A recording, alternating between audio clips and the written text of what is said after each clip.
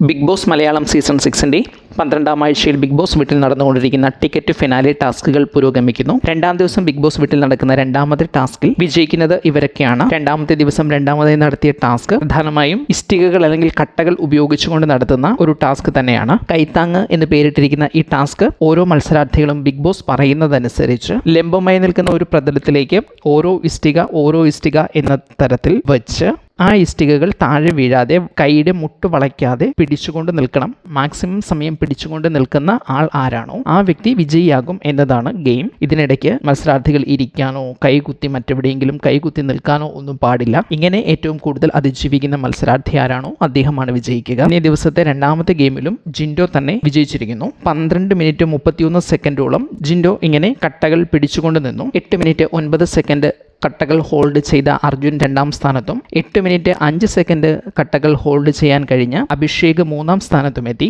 അതോടെ പോയിന്റ് നിലവാരത്തിൽ അഭിഷേക് 11 പോയിന്റോടുകൂടി 1-ാം സ്ഥാനത്തും ജിൻഡോ 6 പോയിന്റോടുകൂടി 2-ാം സ്ഥാനത്തേക്ക് എത്തുകയും സായി 3-ാം സ്ഥാനത്തേക്ക് 5 പോയിന്റുമായി പിന്തള്ളപ്പെടുകയും ചെയ്തിരിക്കുന്നു.